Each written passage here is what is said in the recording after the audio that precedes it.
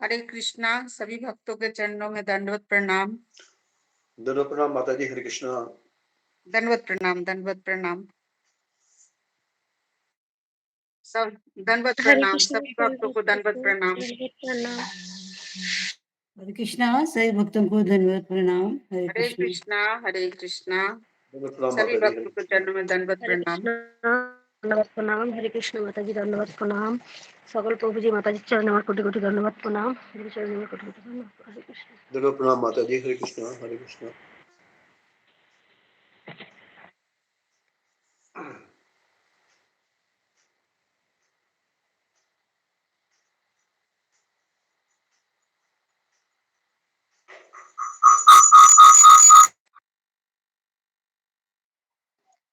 हरे कृष्णा। सभी भक्तों को दंडवत प्रणाम।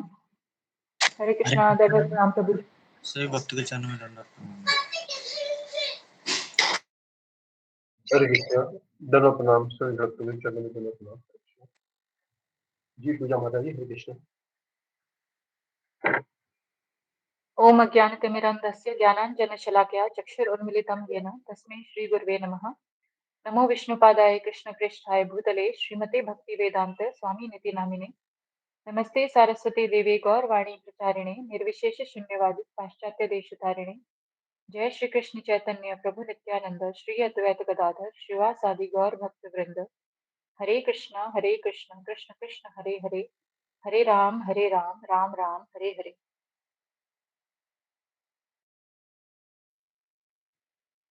श्री गुरु चरण पद्मा केवल भक्ति सद्मा।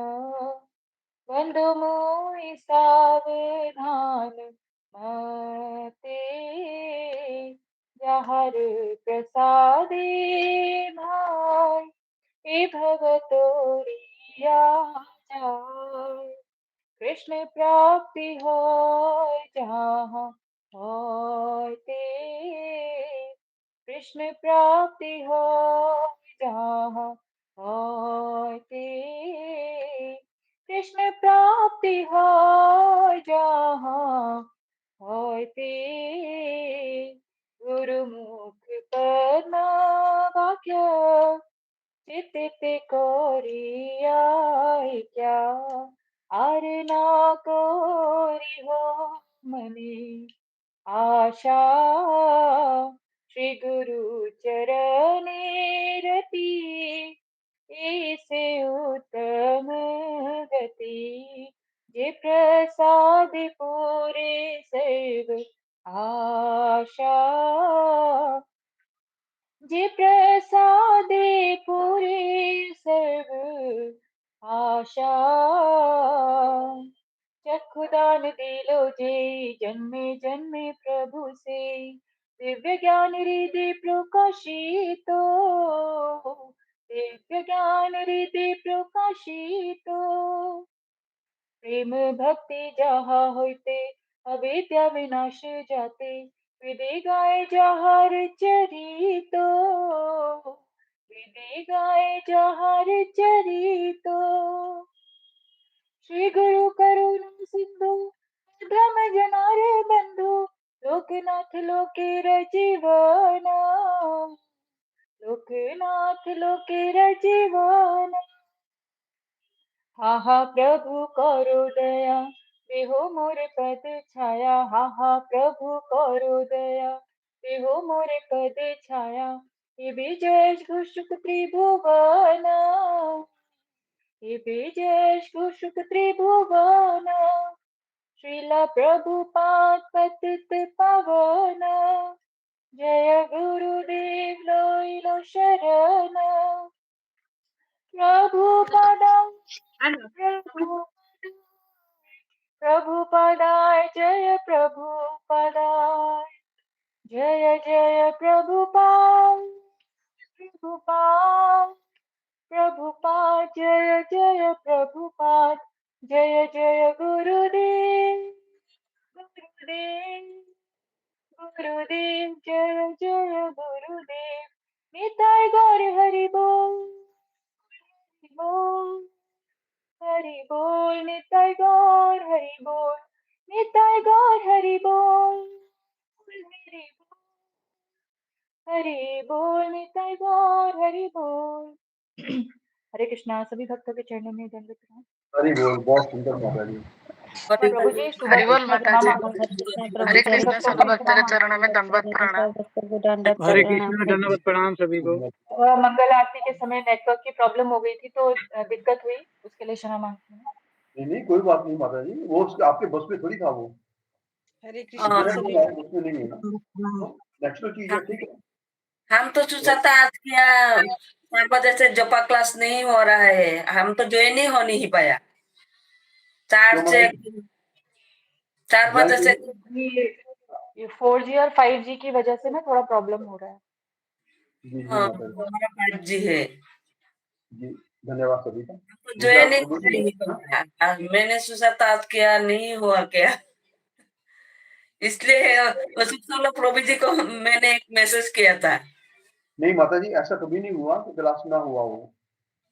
कोई लिंक की प्रॉब्लम आ सकती है, इंटरनेट की प्रॉब्लम आ सकती है, कोई और प्रॉब्लम हो सकती है, तो क्लास तो होती है।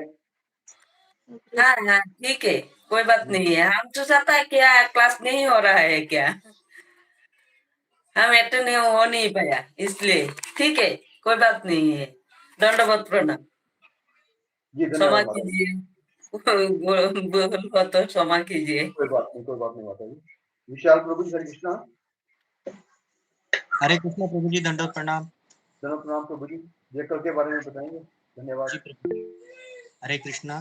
सभी भक्तों के चरणों में दंडवत प्रणाम। गुरु जी के चरणों में दंडवत प्रणाम।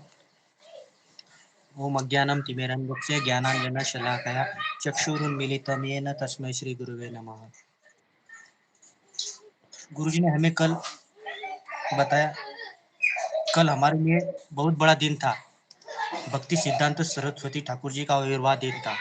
आविर्भाव दिन मतलब इस जन्म में वो प्रकट हुए इस धरती पर। गुरु जी ने हमें बताया कि हमारे इस्कॉन में कई सारे उत्सव होते हैं, उनमें से सबसे महत्वपूर्ण हमारे आचार्यों का आविर्भाव और तिरोभाव दिन होता है, ऐसा गुरु जी ने हमें बताया। फिर बाद में गुरु जी ने बताया कि श्रील प्रभुपाद जी के गुरु श्री भक्ति सिद्धांत सरस्वती ठाकुर जी है। गुरु जी हमें बताते हैं कि हम जब संसार में जन्म लेते हैं तो हम पर 5 प्रकार के ऋण होते हैं। उस 5 प्रकार के ऋण में से सबसे बड़ा महत्वपूर्ण ऋण होता है जो गुरु ऋण होता है, जो हम कभी नहीं चुका सकते हैं।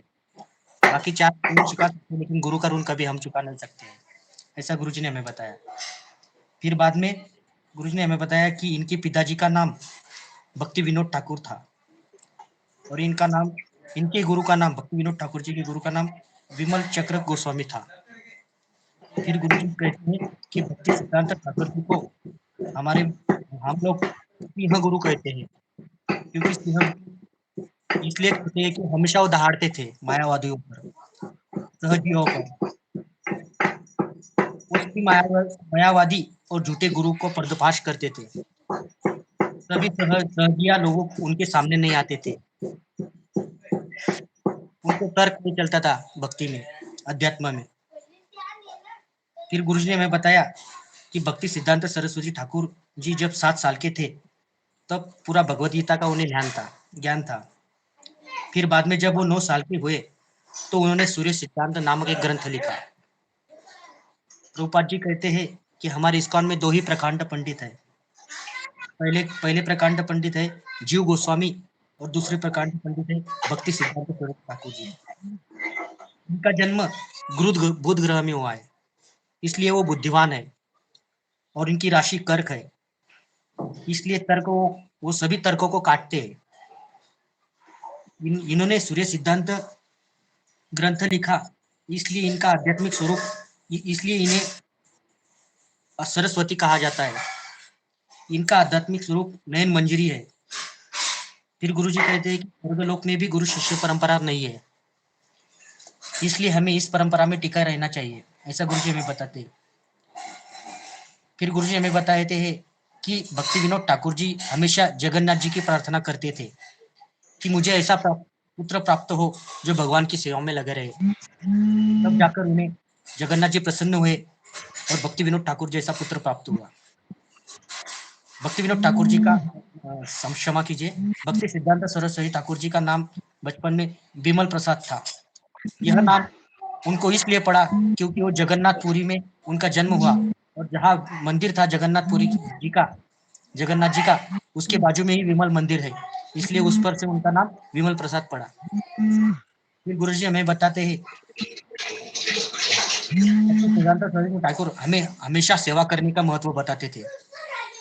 एक बार का दृष्टांत उन्होंने बताया, गुरुजी ने हमें सिखाया कि एक बार मंदिर में एक ब्रह्मचारी को डांटा, सेवा के बारे में डांटा गया था, तो ब्रह्मचारी रुष्ट होकर मंदिर छोड़कर चला गया। जब मंदिर छोड़कर चला गया तो भक्ति सिद्धांत सरस्वती ठाकुर जी ने यह आदेश दिया अपने शिष्यों को कि जाइए और उनको ढूंढ के लाइए। फिर जाकर वो कहीं एक बार मिला और उसे वह मंदिर में वापस लाया और भक्ति सिद्धांत सरस्वती ठाकुर के सामने खड़ा किया। तो भक्ति सिद्धांत सरस्वती ठाकुर ने उन्हें फिर से सेवा में ले लिया। भक्ति सिद्धांत सरस्वती ठाकुर कहते हैं कि भक्त बनाना बहुत मुश्किल है, भक्त बनाने के लिए बहुत खून लगता है, ऐसा गुरुजी ने हमें बताया। फिर प्रभुपाद जी ने उन्हें एक ही सवाल किया था अपने गुरु भक्ति सिद्धांत सरस्वती ठाकुर जी को। उन्होंने कहा, हमारे देश में अंग्रेजों का राज चल रहा है, वो हम पर अत्याचार कर रहे हैं, हमें आजादी की जरूरत है, क्या फिर भी मैं प्रचार करूं? यह पहला और आखिरी सवाल प्रभुपाद जी का अपने गुरु से था। तब उन्होंने जवाब दिया था, उन्होंने आदेश दिया कि तुम्हें अंग्रेजी लैंग्वेज अच्छी तरह आती है, इसलिए तुम अंग्रेजों में किताबें लिखो और अब प्रचार करो विदेशों में जाके। यही आदेश को पालकर प्रभुपाद जी ने अपना जीवन बिताया। फिर गुरुजी ने बताया कि चैतन्य महाप्रभु की भविष्यवाणी प्रभुपाद जी ने पूरी की, जो पृथ्वी पर हरिनाम फैलाया। भक्ति सिद्धांत सरस्वती ठाकुर को अभय नाम से जाना जाता है, क्योंकि उनका एक गुण था कि वो हमेशा निर्भर रहते थे।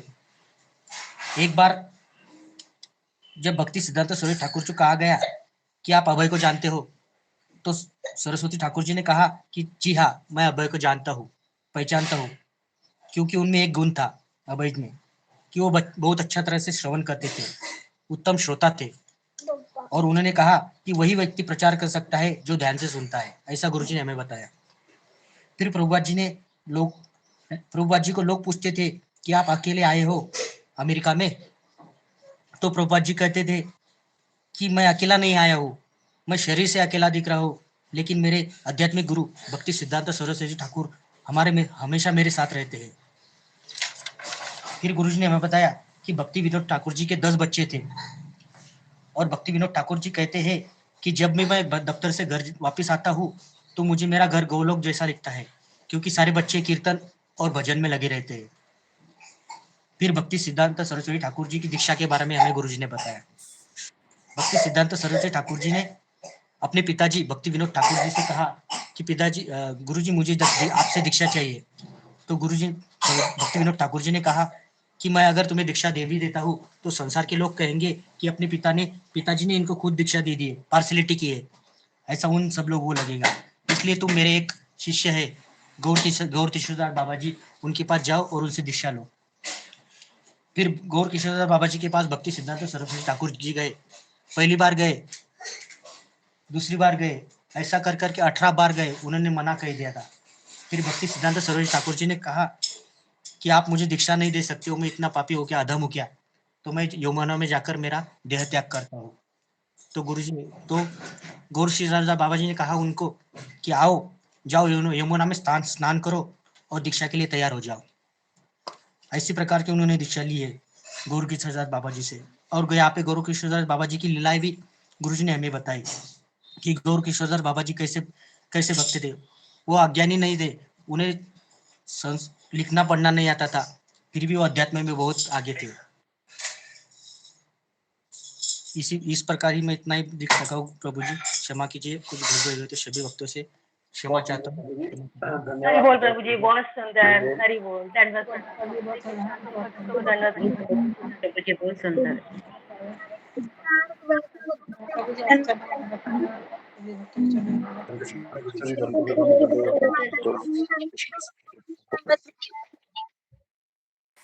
हरि बोल प्रभु जी, बहुत सुंदर। क्षमा कीजिए, हमें बहुत बड़ा लेक्चर दिया था गुरुजी ने कल, पर थोड़ा ही लिख पाया वो। कोई बात नहीं, बहुत सुंदर है, एक जिस्ट चाहिए होता है हमें।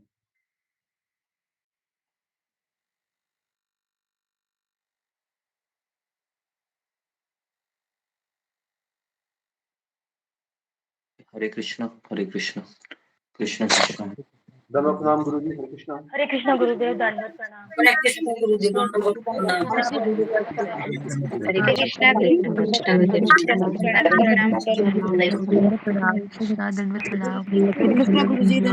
हरे कृष्ण गुरुजी प्रणाम, सभी भक्तों के चरणों में दंडवत प्रणाम।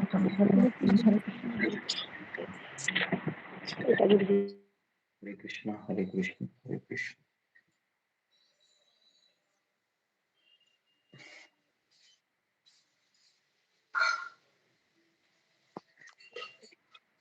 हरे कृष्णा। ओम। सब लोग माइक को बंद कीजिए, कैमरा को ऑन कीजिए। ओम अज्ञानतिमिरान्धस्य ज्ञानाञ्जनं शलाकया चक्षुरुन्मीलितं येन तस्मै श्रीगुरवे नमः। नमो विष्णुपदाय कृष्णप्रेष्ठाय भूतले श्रीमते भक्तिवेदांत स्वामिनिति नामिने। नमस्ते सरस्वती देवे गौरवाणी प्रचारिणे निर्विशेष शून्यवादी पाश्चात्य देश तारिणे। हे कृष्ण करुणा सिंधु दीनबंधु जगतपते गोपेश गोपिका कांत राधा कांता नमोस्तुते। तप्त कांचन गौरांगी राधे वृंदावनेश्वरी वृषभानुसुते देवी प्रणमामि हरिप्रिये। वाञ्छाकल्पतरुभ्यश्च कृपा सिन्धुभ्येव च पतितानां पावनेभ्यो वैष्णवेभ्यो नमो नमः। जय श्री कृष्ण चैतन्य प्रभु नित्यानंद श्री अद्वैत गदाधर श्रीवासादि गौर भक्त वृंद। हरे कृष्णा कृष्ण कृष्ण हरे हरे हरे राम राम राम हरे हरे।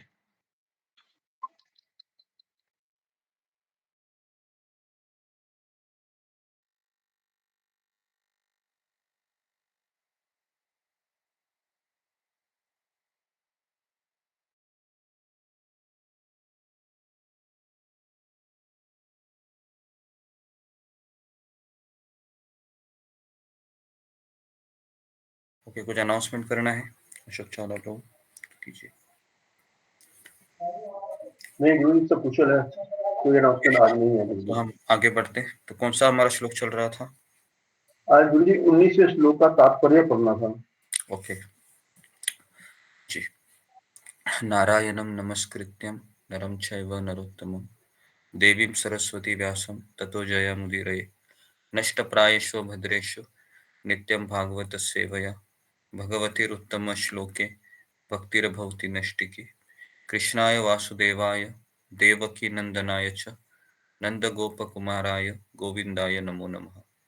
मुखं करोति वाचालं पंगुं लंघयते गिरिं यत्कृपातमं वन्दे श्रीगुरुदीनतारिणम्। ओके, सबका स्वागत है सत्र में।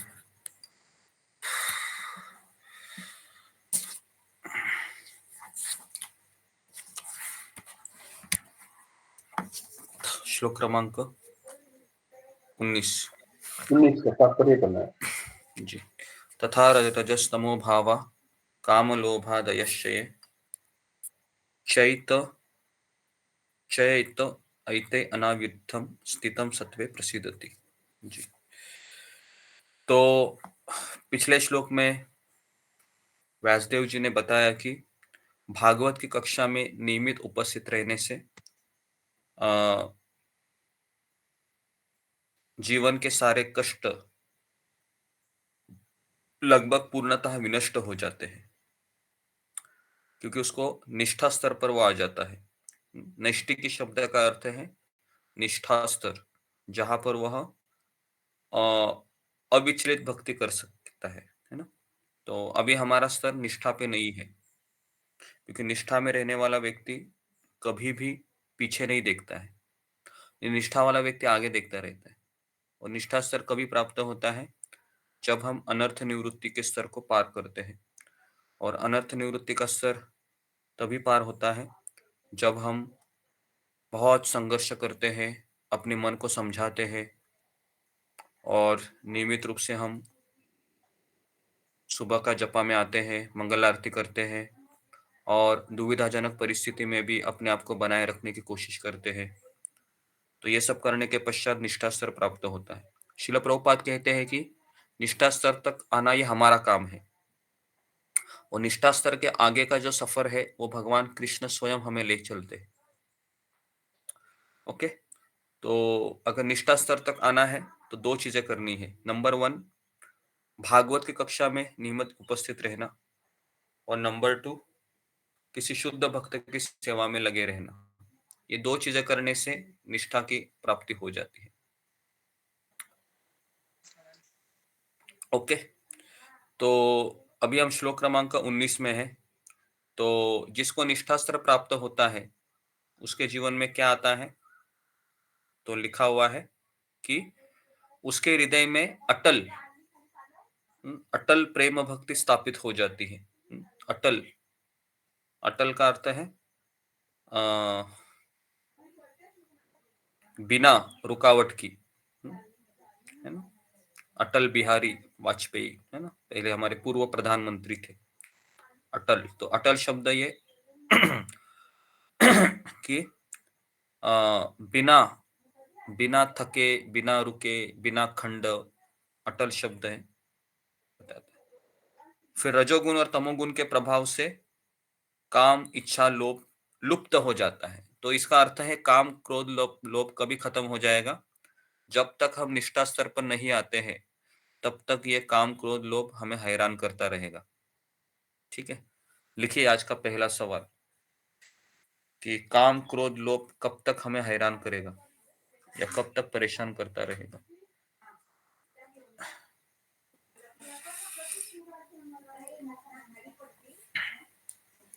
काम, क्रोध, लोभ कब तक परेशान करता रहेगा? ओके,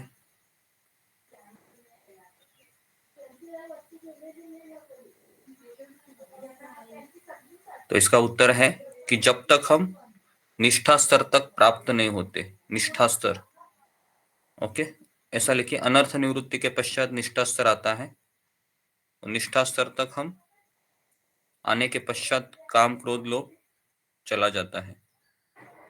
मतलब रजोगुण और तमोगुण का प्रभाव चला जाता है। ब्रैकेट में ऐसे लिखिए, रजोगुण और तमोगुण का प्रभाव चला जाता है।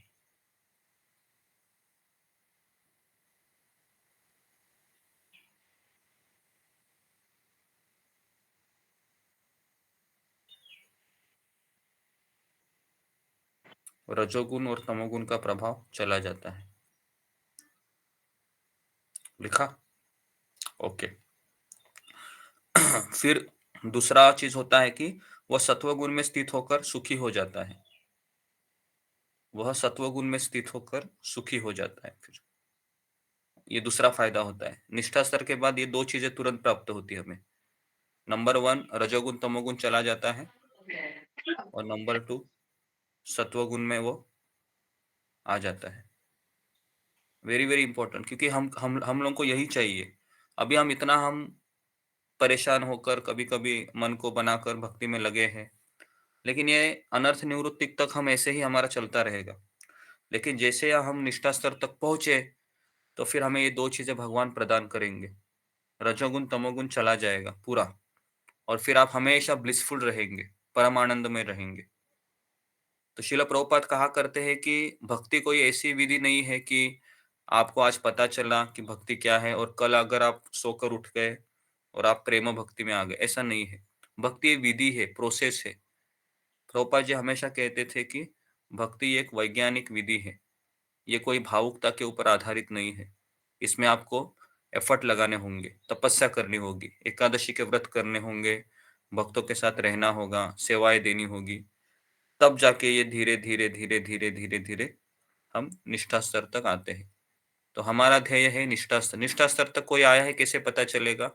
तो जो व्यक्ति निरंतर 30 साल 40 साल निरंतर भक्ति कर रहा है ना, मिनिमम बोल रहा हूं मैं, ये 30 साल लगातार वही चीज कर रहा है, समझने का वो निष्ठा स्तर तक आ गया है। क्योंकि 30 साल 25-30 साल कोई नहीं कर सकता है कंटिन्यू 16 माला का जप, रोज सुबह उठना, है ना, वही माला को लेना, वही भक्तों को देखना। तो 25 से 30 साल के पश्चात फिर हम अपने आप को बोल सकते हैं कि मैं कुछ हद तक निष्ठा स्तर तक आ गया हूँ। एटलीस्ट मैं प्रैक्टिस में अच्छे से कर पा रहा हूँ। ओके, ठीक है। तो अभी हम तात्पर्य में प्रवेश करते हैं। तात्पर्य प्रभुपाद लिखते हैं कि अपनी सामान्य सहज स्वाभाविक स्थिति में जीव आध्यात्मिक आनंद में पूर्ण रूप से तुष्ट रहता है। तो जीवात्मा की स्वाभाविक स्थिति है कि वह आध्यात्मिक आनंद में संतुष्ट रहता है। ये हमारी स्वाभाविक स्थिति है। ओके, तो अभी हमारी स्वाभाविक स्थिति क्या है कि हम भौतिक चीजों को लेकर सुखी हो रहे हैं, है ना। थोड़ा सा भी घर में इधर उधर कुछ हो गया, घर में किसी का जॉब चला गया या फिर बेटी की शादी नहीं हो रही है, बेटे को जॉब नहीं मिल रहा है ना। तो कई फोन आते हैं मुझे, कभी अभी हमारे ग्रुप में 1-2 ऐसे हैं जिनका मुझे फोन आता है कि भगवान का सब कुछ हम करते हैं लेकिन बेटे का शादी नहीं हो रहा है, बेटी भी ऐसी ही पड़ी है, तो क्या भगवान को मेरा सुख देखा नहीं जा रहा है? भगवान ऐसा क्यों करते हैं मेरे साथ, है ना। तो ऐसे सवाल पूछते, तो काफी बार हम समझाते हैं लेकिन समझ में आने के लिए थोड़ा कठिन लगता है। तो तात्पर्य में प्रभुपाद लिखते हैं कि हमारी स्वाभाविक स्थिति है कि हम आध्यात्मिक आनंद में संतुष्ट रहना चाहते हैं। ओके, और आध्यात्मिक आनंद के लिए भौतिक चीजों की तिलंजलि, क्या बोलते हैं उसको, तिलांजलि देनी पड़ती है। तिलांजलि का अर्थ है उसको स्वाहा करना पड़ता है, भौतिक सुखों को, भौतिक सुखों को, है ना। तो उससे कौन सी स्टोरी है वो स्टोरी है सनातन गोस्वामी की, आपको याद होगी। सनातन गोस्वामी के पास वो शिव जी के एक भक्त आते हैं, याद है। तो शिव जी के भक्त उनको कहते हैं कि, है ना, सनातन गोस्वामी के पास शिव जी भेजते हैं उनको और कहते हैं कि मुझे शिव जी ने भेजा है आपके पास। तो सनातन गोस्वामी कहते हैं कि क्यों आए आप यहाँ पर? तो कहते हैं कि मुझे पारस मनी चाहिए। ओह, तुमको पारस मनी चाहिए? वो देखो मैंने उधर कचरे के डिब्बे में रखा है, जाओ वहां से ले लो। तो वो ऊपर के कचरे को निकालता है ऐसे, और फिर वो पारस मनी को निकालता है, देखता है कितना सुंदर है ना। तो पारस मनी लेकर वह बहुत खुश होकर जाता है। बीच में ही उसके मन में विचार आता है कि ये सनातन गोस्वामी है, इन्होंने पारस मनी है वह कचरे के डिब्बे में क्यों रखा है। तो बुद्धिमान था उसने वो सोचा कुछ तो इस बाबा के पास है, पारस मनी से भी बड़ी चीज लग रही है ना। तो वापस यू टर्न लेता है वो, सनातन गोस्वामी के पास आकर कहता है कि बाबा बाबा आपने मुझे फंसाया है। तो बोलते कि मैंने कहा फंसाया, मैंने तो तुमको दे दिया है पारस मनी। तो बोलते कि आपने फिर वो कचरे के डिब्बे में क्यों रखा? तो बोलते हैं कि ठीक है, तुम्हें इससे भी बड़ी चीज चाहिए? तो बोलते हाँ, मुझे इससे भी बड़ी चीज चाहिए। तो एक एक तुमको एक चीज करना होगा। क्या करना होगा? पारस मनी यमुना में जाके फेंक दो। अब ये जो व्यक्ति है ना वो हम ही है। भगवान हमें कह रहे हैं तुमको कृष्ण प्रेम चाहिए? तो हम बोलते हैं कि हाँ मुझे कृष्ण प्रेम चाहिए। हाँ, फिर तुमको फिर जितने भी भौतिक सुख है उसको यमुना में फेंकना पड़ेगा। क्या आप तैयार है? तो समझ में आ रहा है, ये क्वेश्चन हमारे लिए है।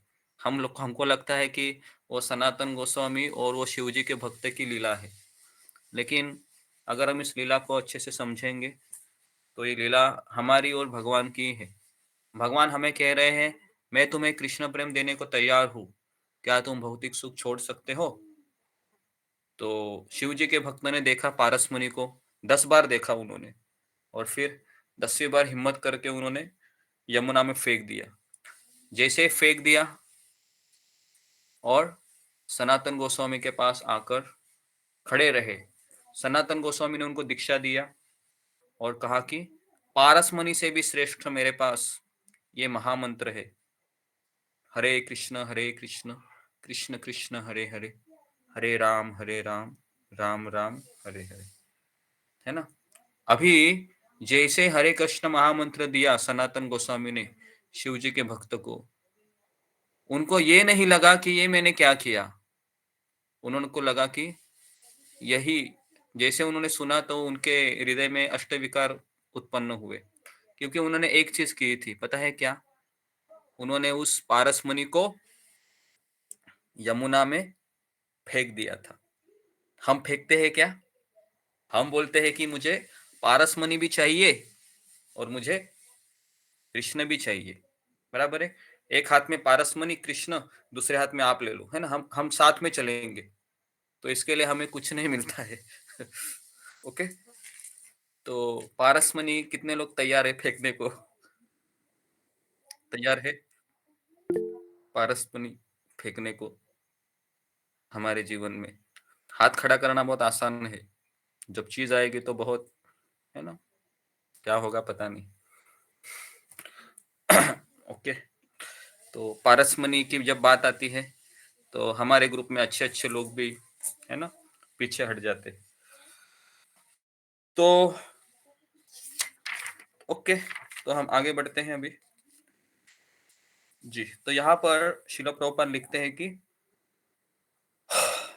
आत्मसंतुष्टि की स्थिति कहलाती है ना। आत्मसंतुष्टि किसी निष्क्रिय मूर्ख की संतुष्टि जैसी नहीं होती है ना। जैसे मूर्ख रहता है ना, मूर्ख, जैसे प्रभुपाद जी एक कथा सुनाते हैं, चलो वो भी सुना रहा हूं आपको, ध्यान पूर्वक सुनिए। एक बार एक ऋषि आए थे राजा के पास, और ऋषि ने देखा कि राजा बहुत दुखी है, चिंता में है ना। तो ऋषि उनको आध्यात्मिक ज्ञान देना चाह रहा था, लेकिन राजा भौतिक चीजों को लेकर बहुत परेशान था। तो राजा ने पूछा ऋषि मुनि को कि क्या करो जिससे आप प्रसन्न हो? तो कहा कि तुम्हारे राज दरबार में एक मूर्ख की स्थापना करो, है ना। तो फिर राजा ने दोनों सिपाहियों को भेजा और कहा कि एक मूर्ख को लेके आ जाओ। तो राजा, तो सिपाही जाते हैं पूरे इसमें, और वहां पर उनको एक पागल दिखाई देता है। पता है वो क्या कर रहा होता है? वह दिन में तारे गिन रहा होता है ना। तो सिपाही ने देखा कि ये सही कैंडिडेट है, इसको ही लेके चलते हैं। और इस तरीके से उस मूर्ख को लेकर वो आते हैं राज दरबार में, और राजा उसको कहता है कि हम तुम्हें रोज हर महीने सैलरी देंगे, तुम्हें क्या करना है, तुम्हारे हाथ में एक डंडा दिया जाएगा और तुमको इस डंडा को लेकर पूरे गांव में भ्रमण करना है। तो उस मूर्ख ने कहा ठीक है। तो इस तरीके से कई साल निकल गए, वो मूर्ख है वो भ्रमण करता रहा, और एक दिन राजा बहुत बीमार पड़ गया। तो इतना बीमार पड़ गया कि उसको लगा कि अभी मेरा दिन आ गया है। अब ये राजा भी हम ही है, ऐसा मत सोचिए कि ये राजा ये है। उसका आखिरी दिन आ गया, है ना। तो राजा ने जितने भी उनकी रानियां थी सबको बुलाया, जितना सिपाही थे मंत्री थे सबको बुलाया, सबके साथ उन्होंने बात की, और सबको जो जो सैलरी है सबका हिसाब किताब चुकता कर लिया। तो अचानक राजा को उस मूर्ख की याद आई। राजा ने प्रधानमंत्री से कहा कि जाओ उस मूर्ख को भी बुला कर लेके आओ। तो मूर्ख भी वहां पर आ जाता है राज्य में, और राजा उसको समझाने की कोशिश करता है कि मैं अभी जा रहा हूं। तो मूर्ख बोलता है कि आप जा रहे हो तो अपनी रानियों को साथ ले लो, या फिर इतने सारे मंत्री हैं उनको साथ लेके जाओ। तो राजा बोलता है कि मैं ऐसी यात्रा में जा रहा हूं जहां पर कोई नहीं आ सकता। अच्छा, कोई नहीं आ सकता, तो एटलीस्ट मुझे तो ले चलो, मैं शायद आपके साथ आ सकूं। तो राजा बहुत परेशान होकर कहता है कि देखो मूर्ख, तुम समझ नहीं रहे हो मैं तुम्हें क्या बताना चाह रहा हूं, है ना। तो क्योंकि मूर्ख था, उसको समझ में ही नहीं आ रहा था कि राजा भी मरने जा रहा है। तो फिर राजा ने कहा मूर्ख को बुलाकर कि देखो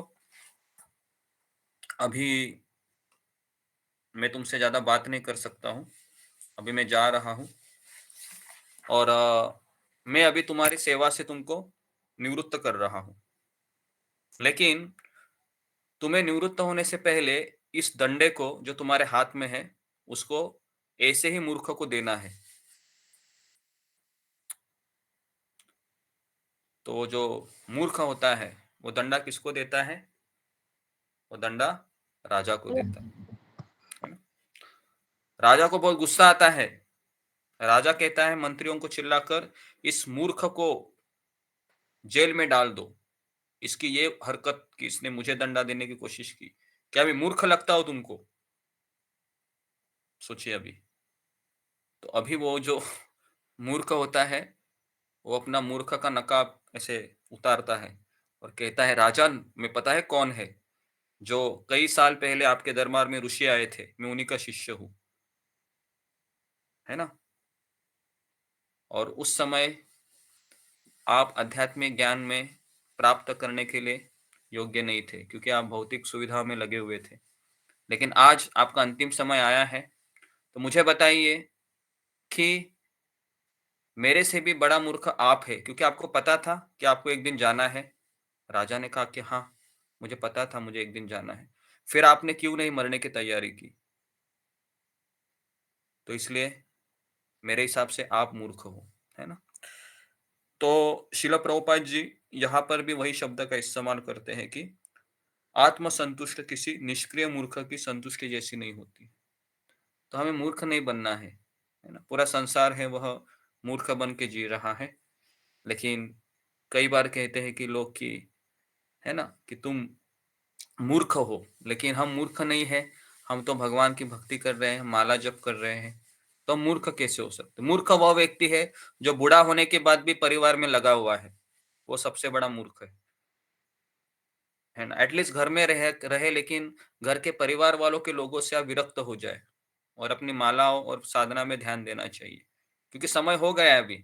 उसको पता है अभी मैं जाने वाला हूँ, कितने साल बचे हैं मेरे जिंदगी के। शादी ब्याह तो कर लिया, बच्चों को भी अपना सब कुछ दे दिया, अभी क्या करूँ? क्या पोतों को खिलाते बैठूं? उसके लिए तो मनुष्य जीवन नहीं दिया है। लोग तो पोतों को लेके खिलाते पिलाते बैठते, पागलपन है ये, है ना? आजकल हम बहुत सारे बूढ़े लोगों को देखते हैं, क्या करते वो अपने पोतों की खुशी में वो अपनी खुशी ढूंढते हैं। तो यहाँ पर प्रभुपाद जी लिखते हैं कि निष्क्रिय मूर्ख की तुष्टि जैसी नहीं होती है जो आत्मसंतुष्टि होती है ना? तो निष्क्रिय मूर्ख अज्ञान अवस्था में रहता है, किंतु आत्मसंतुष्ट आत्मानंदी इस भौतिक जगत से परे होता है। सिद्धि की यह अवस्था अटल भक्ति में स्थित होते ही प्राप्त हो जाती है। Very good. प्रभुपाद जी यहाँ पर लिखते हैं कि ऐसी अवस्था तभी प्राप्त हो जाती है जब हम पारसमणि, पारसमणि का अर्थ आप समझ रहे हो, तो मैं आपको बताऊं हमारे जीवन में पारसमणि क्या क्या होते हैं। तो हमारे जीवन में पारसमणि होते हैं जिनसे हमें भौतिक सुख प्राप्त होता है। हमारी पति पत्नी, बच्चे, परिवार के नाते संबंध हो या फिर घर के अच्छे अच्छे चीजें हो, तो ये है पारसमणि, है ना? या सुविधाजनक जीवन हो, ये सब पारसमणि है। अगर ये पारसमणि के साथ जीना चाहेंगे तो भगवान कभी नष्टि की भक्ति प्रदान नहीं करेंगे। हम ऐसे ही सोचते रहेंगे कि मैं सुविधाजनक परिस्थिति में भी रहूं और आराम से भागवत की कक्षा में भी लगा रहूं, ऐसा नहीं होता है। कोई भी भक्त है वह सुविधाजनक परिस्थिति में भक्ति कर नहीं पाया है। भक्ति करने के लिए उसको अग्निजनक परिस्थितियों में जाना ही पड़ता है, गुजरना पड़ता है। तो सोचने जैसी बात है ना? कितने लोगों को अटल भक्ति चाहिए, नैष्ठिक की भक्ति? फिंगर को रेज कीजिए। कितने लोगों को नैष्ठिक की भक्ति चाहिए जिसमें हम अविचलित भाव से भक्ति करते हैं?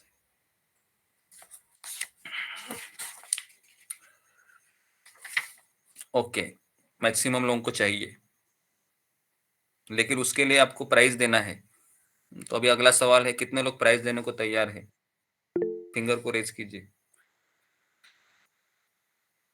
कितने लोग प्राइस देने को भी तैयार है? क्योंकि आप मार्केट में जाओगे, है ना, सोने की दुकान में जहां पर 22 कैरेट का सोना मिलता है, तो 500 रुपए लेके चलेगा क्या जी जेब में? 500 रुपए लेके जाएंगे तो देगा वो सोना आपको? नहीं देगा ना। तो क्या लेके जाना होगा? कुछ तो बड़ी चीज लेके जानी पड़ेगी, है ना। ब्लैंक चेक लेके जाना पड़ेगा ताकि हम उसको चेक दे 40,000 50,000, है ना। अभी सोने का भाव 62-63 हजार रुपए चल रहा है ना। उतना पैसा चाहिए तभी तो हम ले सकते हैं ना। तो वैसे ही अभी यहाँ पर हमको अटल भक्ति चाहिए, तो क्या कौन सा प्राइस पे करना होगा? तो जो हमारे जिंदगी में पारसमणि जैसी चीजें है ना, उसको भगवान की सेवा में लगाइए, नंबर 1। या नंबर 2 नहीं लगा सकते हैं तो उनसे दूर रहिए या उनका त्याग कीजिए। तो अगर ये करने को तैयार है तो अटल भक्ति प्राप्त हो सकती है। नहीं तो क्या होगा पता है, सालों साल चले जाएंगे, है ना। और फिर हम सोचेंगे कि मैं कहीं नहीं हूँ अभी भी, है ना। तो इस्कॉन में कई भक्त हम देखते हैं सालों साल सेवा करते हैं, लेकिन नॉलेज नहीं होने के कारण फिर वो पता ही नहीं चलता है कि उनको लगता है कि चलो प्रभुपाद ने कहा है 16 माला का जप करो, मंदिर में आओ, थोड़ा प्रवचन सुनो, प्रसाद खाओ, चले जाओ। ऐसा नहीं होता है। हमें पढ़ाई करनी चाहिए कि मैं कहाँ पर हूँ, ये पता तो होना चाहिए ना। क्या मेरी प्रगति हो रही है या फिर मैं बस ऐसे ही जी रहा हूँ? ऐसा नहीं होता है। माधुर्य कादम्बिनी इतनी अच्छी किताब है, लेकिन किसी लोगों को पता ही नहीं है माधुर्य कादम्बिनी क्या होता है। उसमें ये सब लिखा हुआ है ना। सब लोग है वो गीता पढ़ते हैं, भागवत पढ़ते हैं, लेकिन जो भक्ति के स्टेशन है वो चक्रवर्ती आचार्य विश्वनाथ चक्रवर्ती ठाकुर ने उसमें लिखा हुआ है। बहुत सुंदर किताब है, छोटा सा किताब है, आप पढ़ लीजिए उसको, है ना। तो उसमें सारी चीजें बताई है कि मैं कौन से स्टेशन पर खड़ा हूँ। अगर हम मुझे पता ही नहीं है तो फिर क्या होगा? फिर हम सोचते हैं कि शायद मुझे प्रेम स्तर हो प्राप्त होने ही वाला है, और हम रहेंगे कहाँ पर? श्रद्धा के स्तर पर। तो ओके, तो यहाँ इस तरीके से भक्तिमय सेवा कोई निष्क्रियता नहीं है। प्रभुपाद का यहाँ पर स्टेटमेंट है, भक्तिमय सेवा ये निष्क्रियता नहीं। निष्क्रियता का अर्थ है बस ऐसे बैठो और हरे कृष्णा का जप करो, है ना। प्रभुपाद कभी नहीं कहते। प्रभुपाद कहते हैं कि मिनिमम 16 माला का जप करो और बाद में पूरा दिन सेवा में लगो, पूरा दिन। क्योंकि अगर आप रोज 64 माला भी करेंगे तो नहीं होगा आपसे। शिला प्रभुपाद जी ऐसे ही एक बार प्रवचन में कहे, अगर आप पूरा दिन जप कर सकते हो तो आपको कोई सेवा करने की आवश्यकता नहीं है। तो न्यू वृंदावन में एक व्यक्ति था, भक्त, उसने जैसे ही सुना वो तुरंत न्यू वृंदावन की सारी सेवाएं छोड़कर अमेरिका से वो फ्लाइट से भारत आया। भारत से वो मायापुर में आया, और मायापुर नहीं, उधर जगन्नाथपुरी में गया। हरिदास ठाकुर का वो समाधि है, सिद्ध बकुल, और वहां पर वो लगातार रोज 152 माला करने का प्रयास किया भी उसने। 1 महीना, 2 महीना, 3 महीना, 4 महीना, 5 महीना, 4-5 महीने के बाद फिर वो वहां से चला आया सिद्ध बकुल से। और कहाँ दिखाई दिया उसको? अमेरिका के एक पेट्रोल पंप पर वो पेट्रोल भर रहा था, पेट्रोल पंप पे। तो एक भक्त ने देखा उसको और कहा कि अरे तुम तो भारत गए थे नाम जप करने के लिए, तो अभी यहाँ पर क्या कर रहे हो? तो बोले कि मैंने जप किया ना, मैंने 152 माला मैंने कम से कम 5 महीने किए। तो अभी क्या फिर? बोलते कि पूरे जिंदगी का कोटा मैंने खत्म किया अभी, है ना, 16 माला के हिसाब से। तो अभी क्या कर रहे हो? तो बोला कि अभी मुझे जपा करने की इच्छा ही नहीं हो रही है। तो फिर अब क्या किया? तो बोले अब मैंने शादी किया। और अब क्या कर रहे हो? तो शादी करने के लिए बीबी का तो पेट भरना है ना, काम तो करना होगा। अच्छा अच्छा, तो इसके लिए भी पेट्रोल पंप पे खड़ा हूं मैं। समझ में आया क्या प्रॉब्लम हुआ? क्या हो गया प्रॉब्लम? किसको समझ में आया? फिंगर को रेज कीजिए। ये जो स्टोरी है, स्टोरी मैंने आपको, लाइव स्टोरी है ये। क्या पता चला स्टोरी से हमें? ये बहुत बड़ा लेसन है हम लोगों के लिए। ओके जी, रितु जटवानी। हरे कृष्ण प्रभु जी, धन्यवाद प्रणाम। प्रभु जी, इस स्टोरी से ये समझ में आया कि एक तो वो एकांत में जाके उन्होंने जप किया और भक्तों के संग नहीं किया, और सबसे बड़ी बात कि शुद्ध भक्त की सेवा नहीं की। तो अगर हम एकांत में जाके भक्ति करते हैं तो वो उत्पात ही मचाती है ना। और भक्तों का संग नहीं होता है तो फिर वो हमारी भक्ति बहुत दिनों तक टिकेगी नहीं, थोड़े टाइम टिकेगी और फिर वो खत्म हो जाएगी। जी जी, ओके। मेरे अकॉर्डिंग तो जी। तो ओके, तो बेसिकली प्रभुपाद जी का ऐसा कहना है कि हमें भक्तों के संगति में रहना चाहिए, है ना, और उधर ही हमको पड़े रहना चाहिए। हमें कभी भक्तों के संग छोड़कर नामाचार्य हरिदास ठाकुर नहीं बनना चाहिए। तो उन्होंने अनुकरण करना ज्यादा चाहा, है ना। और भक्तों के में से देखो, हम जब तक प्रभुपाद कहते हैं कि आप 30 साल 40 साल ही क्यों ना हो भक्ति में, आप माला की क्वालिटी तभी सुधरेगी जब हम शुद्ध भक्त की सेवा में लगेंगे। जब तक हम शुद्ध भक्त की सेवा में नहीं लगेंगे, ये सारी चीजें नहीं होने वाली। भागवतम में वो विधि बताई है, आप भागवतम की विधि को पलटकर अपने ही मन की विधि से अगर आप जाना चाहेंगे तो हम असफल हो जाएंगे। ओके, तो इसलिए हमें कदापि ये मन में विचार नहीं करना चाहिए कि मैं 64 माला करूंगी डेली या फिर इस तरीके से। इससे अच्छा है कि कुछ ना कुछ सेवा कीजिए किसी के नीचे रहकर, उससे ज्यादा प्रगति होगी। ओके जी। तो आत्मा की यह सक्रियता पदार्थ के संपर्क से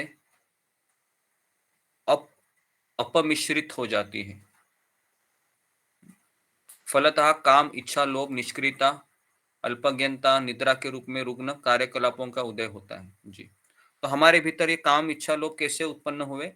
जब हम इस भौतिक प्रकृति के संपर्क में आ गए, है ना। जैसे ही दूध में अगर नींबू निचोड़ दिया जाएगा तो दूध का दही बन जाता है ना, गीता में हम सीखे हैं। उसी प्रकार से हाँ, हमारे शुद्ध भक्तिमय सेवा में अगर 3 गुणों का नींबू निचोड़ दिया जाएगा तो उसका परिणाम क्या होगा? उसमें काम, क्रोध, लोभ, इसका जन्म होगा, है ना। तो इसके लिए कई बार दूध का दही बनाना बहुत आसान है, बराबर है, लेकिन दही का भी दूध बनाना है हमको, क्या इतना आसान है दही का दूध बनाना? दही का दूध बनाया कभी किसी ने? मुझे लगता है कि किसी ने बनाया नहीं होगा, क्योंकि अभी दही बन गया है। दही का दूध तो कभी कोई बन नहीं सकता। लेकिन अभी हमारा यह भक्तिमय प्रोसेस क्या है? दही का दूध बनाना है अभी, है ना। उसमें से नींबू जो निचोड़ा है उसको निकालना है, खट्टाहट को, और ये खट्टाहट निकालने की विधि है भक्तिमय प्रोसेस, है ना। तो इसलिए अभी हमको बहुत ही संघर्ष करना पड़ रहा है, लेकिन ये तभी हो सकता है जब कोई चमत्कारिक शक्ति मेरे साथ चलेगी। तो इसके लिए गुरु का आश्रय और भगवान की कृपा, भक्तों का संग, इनके प्रभाव से धीरे धीरे धीरे धीरे जो हमने नींबू निचोड़ा है ना, उसकी खट्टाहट है वो धीरे धीरे समाप्त होगी, और फिर हमारा ओरिजिनल जो कृष्ण प्रेम है वो उदित होगा।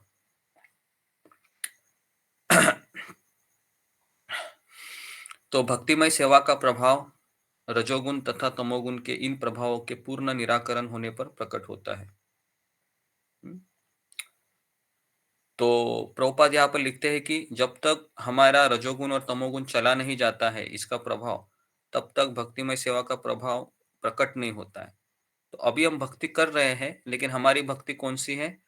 रजोगुण में और तमोगुण में कर रहे हैं हम, बराबर है। हमारी भक्ति है वो रजोगुण में और तमोगुण में भक्ति है। तो इसके लिए हम जपा करते समय भी क्या करते हैं? सोते हैं ना, 1-2 झपकी तो लगती हैं, हरे कृष्ण हरे कृष्ण हरे कृष्ण, और फिर हरे हरे हरे हरे हरे हरे राम राम राम राम करके फिर इस तरीके से 1-2 माला चली जाती है हमारी, है ना, हमको पता ही नहीं चलता है। तो इसके लिए रजोगुण और तमोगुण में हम प्रभाव जब तक रहेगा मेरी भक्ति में, तब तक पूरी तरीके से प्रकट नहीं होगी। तो भक्त तुरंत ही सत्वगुण में स्थित हो जाता है जब तमोगुण रजोगुण चला जाता है, और वासुदेव के पद या शुद्ध सत्व के पद की ओर उठने को अग्रसर होता है। तो इसके लिए श्रद्धा, साधु संग, गुरु पदाश्रय, भजन क्रिया, अनर्थ निवृत्ति, यहाँ तक हमको ही खींचना है अपनी गाड़ी को, भगवान नहीं खींचेंगे, है ना। निष्ठा तक हमको आना है, निष्ठा के बाद गाड़ी भगवान हमारी खींचते हैं।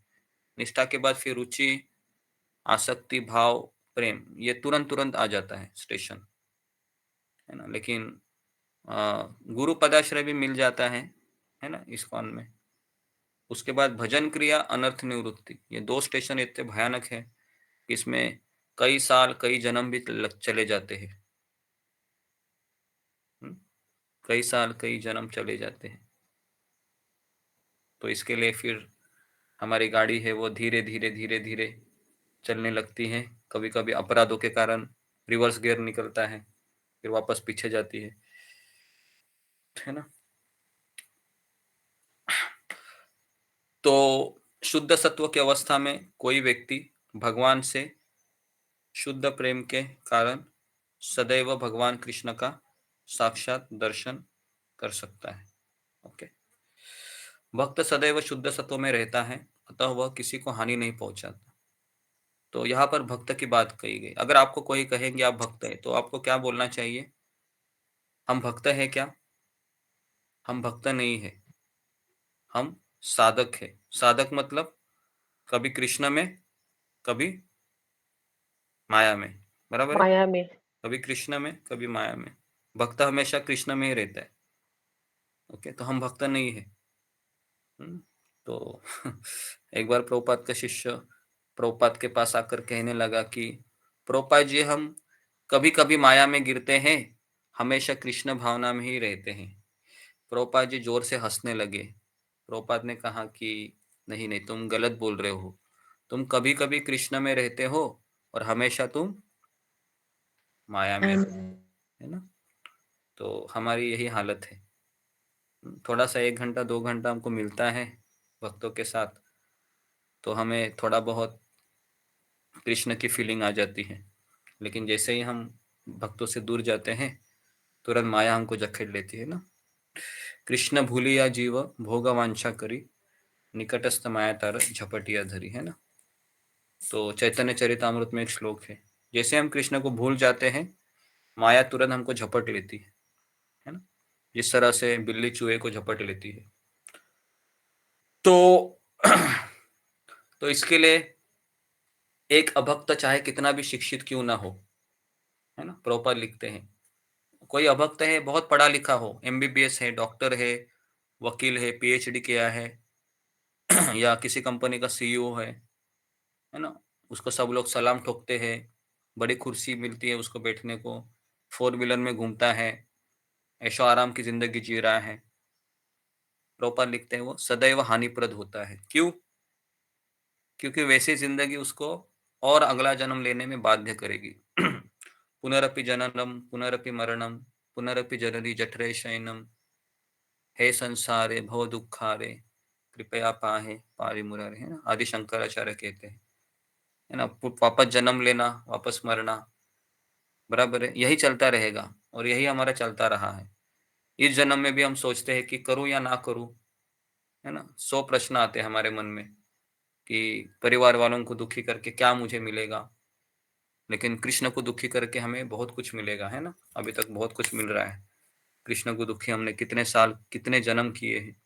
हर जन्म में कृष्ण हमारी राह देखते हैं, है ना। हर जन्म में कि शायद ये इस जन्म में आएगा, इस जन्म में आएगा। लेकिन जीवात्मा का मन उसको आगे बढ़ने ही नहीं देता है। तरह तरह के संकल्पनाओं को लेकर वह चलने की इच्छा नहीं चाहता है। बोलता है कि नहीं नहीं, मैं कैसे आगे बढ़ूं, इच्छा नहीं होती उसकी। तो इसके लिए कभी कभी भक्तों को अच्छी गुरु शिष्य परंपरा मिलने के बाद भी वो उधर ही पड़ा रहता है ना। जिस तरह से बिल में चूहा पड़ा रहता है, बोलता है कि मैं कैसे निकलूं, बाहर निकलूंगा तो सांप मुझे खा लेगा। लेकिन निकलना तो पड़ेगा ही बिल में से, नहीं निकलोगे तो कैसी दुनिया देखोगे। तो भक्त न तो अल्पज्ञ होता है न रजोगुनी। हानि पहुंचाने वाले अल्पज्ञ तथा रजोगुनी व्यक्ति भगवान के भक्त नहीं बन सकते। Very very important. लिखिए, कौन भगवान का भक्त नहीं बन सकता? अगला प्रश्न, कौन भगवान का भक्त नहीं बन सकता? पहला लिखिए, दूसरों को हानि पहुंचाने वाला। दूसरों को हानि पहुंचाने वाला।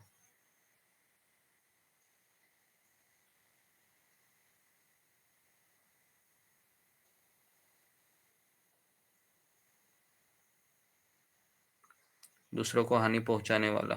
नंबर 2 अल्पज्ञ। अल्पज्ञ का अर्थ क्या है?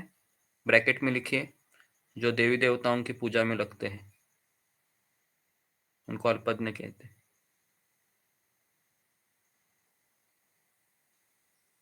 ओके, अल्पज्ञ। तीसरा लिखिए रजोगुणी व्यक्ति। ओके, रजोगुणी व्यक्ति मतलब कौन? जो पैसे के प्रति और सुख सुविधाओं के प्रति आकर्षित है।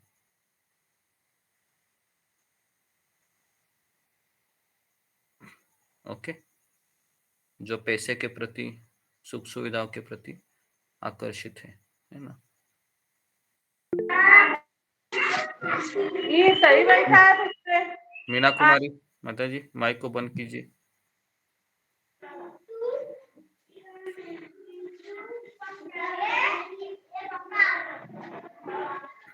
आवाज नहीं जा रहा है क्या? ओके, तो ये 3 लोग हैं जो कभी भगवान के भक्त नहीं बन सकते। नंबर 1 दूसरों को हानि पहुंचाने वाले। दूसरा अल्पज्ञ, जो देवी देवताओं की पूजा में लगे हैं। रजोगुणी व्यक्ति, जो पैसे के प्रति आकर्षित होता है। भले ही वे अपने बाहरी वेश से अपने आप को भक्त क्यों ना प्रदर्शित करे, है ना? तो बाहर से वो तिलक लगाए, कंठी माला पहने, है ना? अगर आपको इस्कॉन मंदिर में जाना है तो आजकल कई लोग 2 चीजें करते हैं, पता है क्या? तिलक लगाते हैं और गले में तुलसी माला डालते हैं। बराबर है? सामने वाला व्यक्ति क्या सोचेगा फिर? क्या है ये? अभी ये भक्त बन गए हैं, है ना?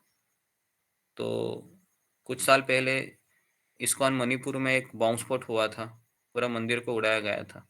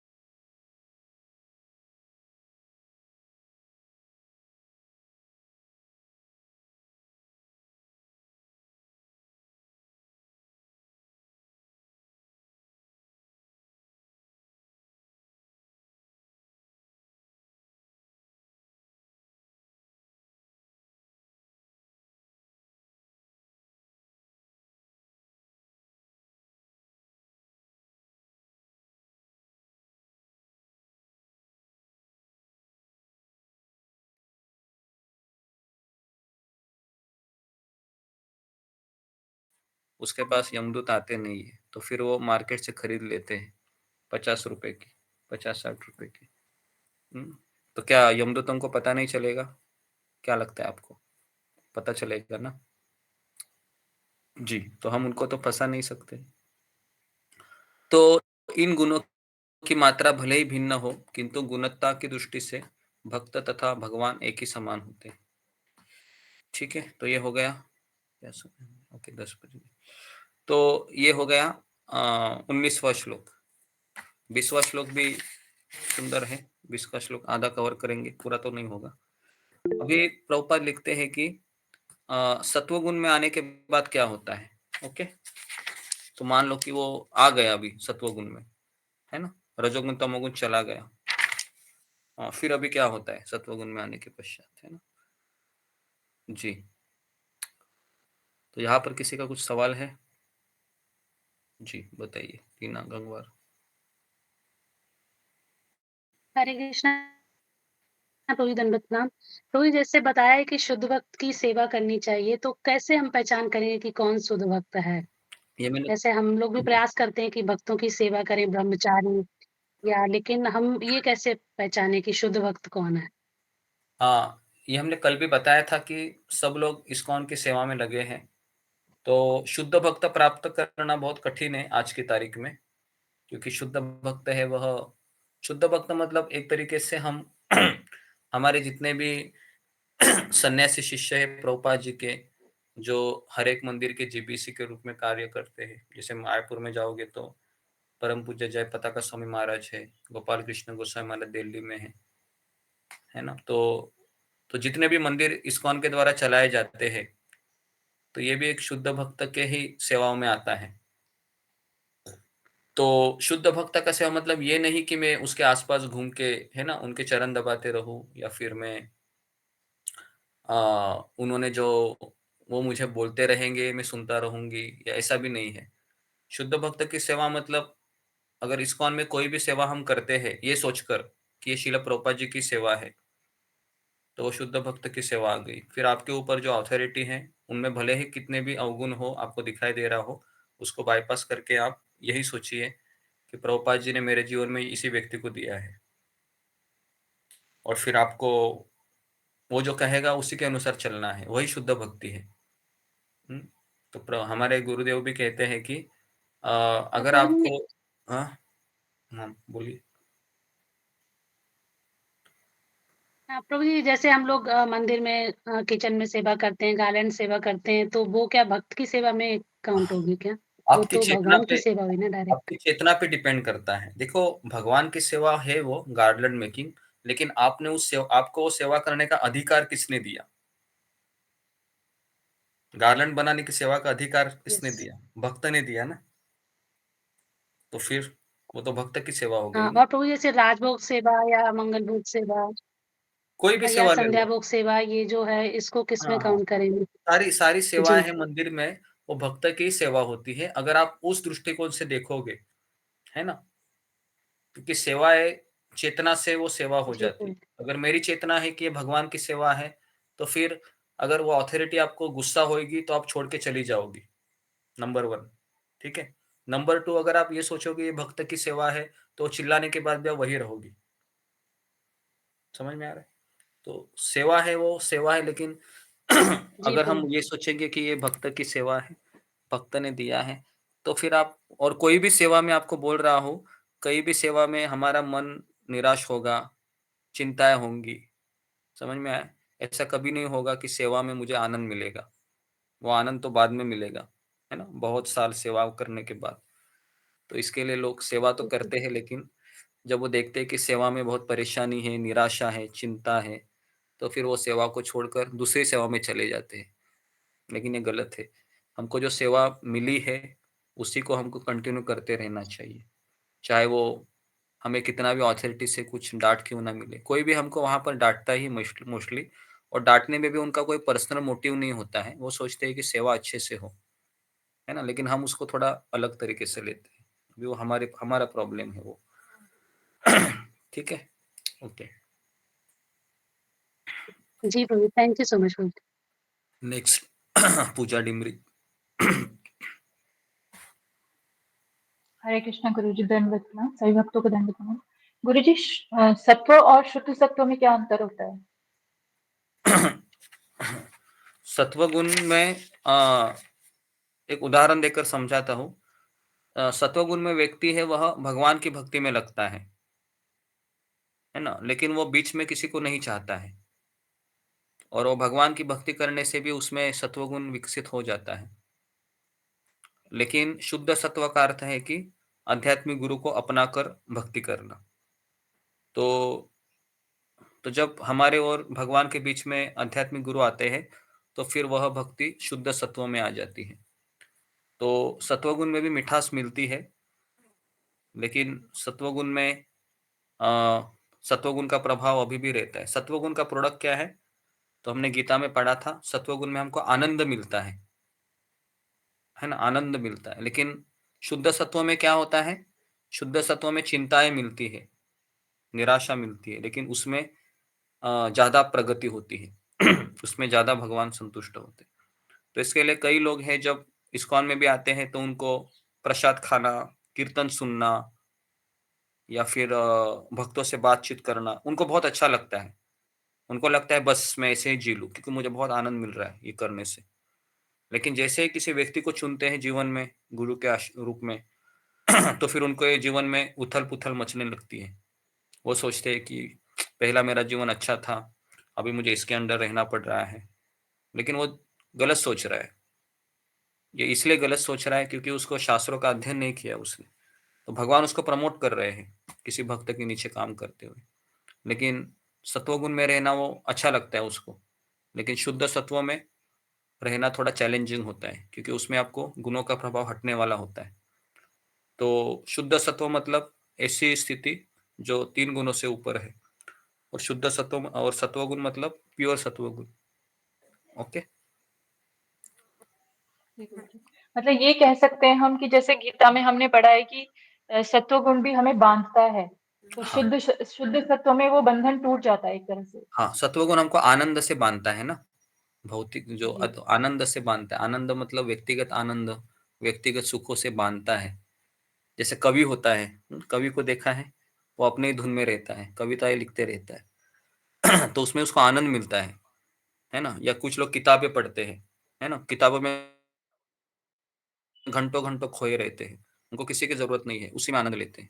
तो ये हो गए सत्वगुण के उदाहरण, है ना। लेकिन जैसे कोई व्यक्ति आता है बीच में, अरे ऐसा नहीं वैसा करो, तो फिर उनको थोड़ा सा अजीब लगता है। तो सत्वगुण हमको बांधता है, शुद्ध सत्व हमें 3 गुणों से निकालता है। मुक्त कर। ठीक है। धन्यवाद गुरु जी, धन्यवाद। ओके,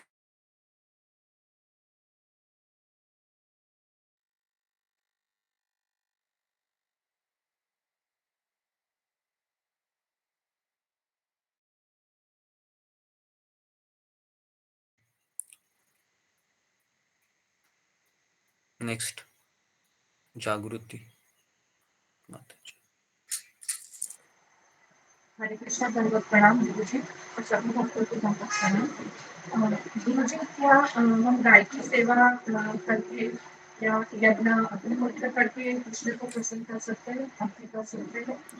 जैसे गाय की सेवा करके कृष्ण को प्रसन्न कर सकते। अग्निहोत्र का आजकल थोड़े थे। अच्छा, ये आपका सवाल है, गाय को प्रसन्न और जैसे भगवद गीता में भी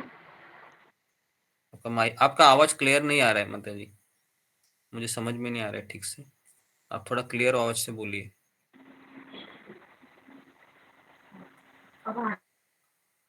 नहीं नहीं, नहीं आ रही, आपकी आवाज नहीं आ रही। ओके, आप कुछ समय के बाद ट्राई कीजिए। ओके, सुलेखा। हरे कृष्ण गुरुजी, दंडवत प्रणाम। गुरुजी, आपने अब कहा कि निष्ठा स्तर तक पहुंचने के लिए 25 से 30 साल लगते हैं, तो इतना लंबा टाइम कैसे, क्यों, मतलब अनर्थ कैसे मतलब चला जाए तुरंत ही, ऐसा कोई उपाय? यही मैं जानना। हरे कृष्णा, दंडवत। ये लंबा समय नहीं है।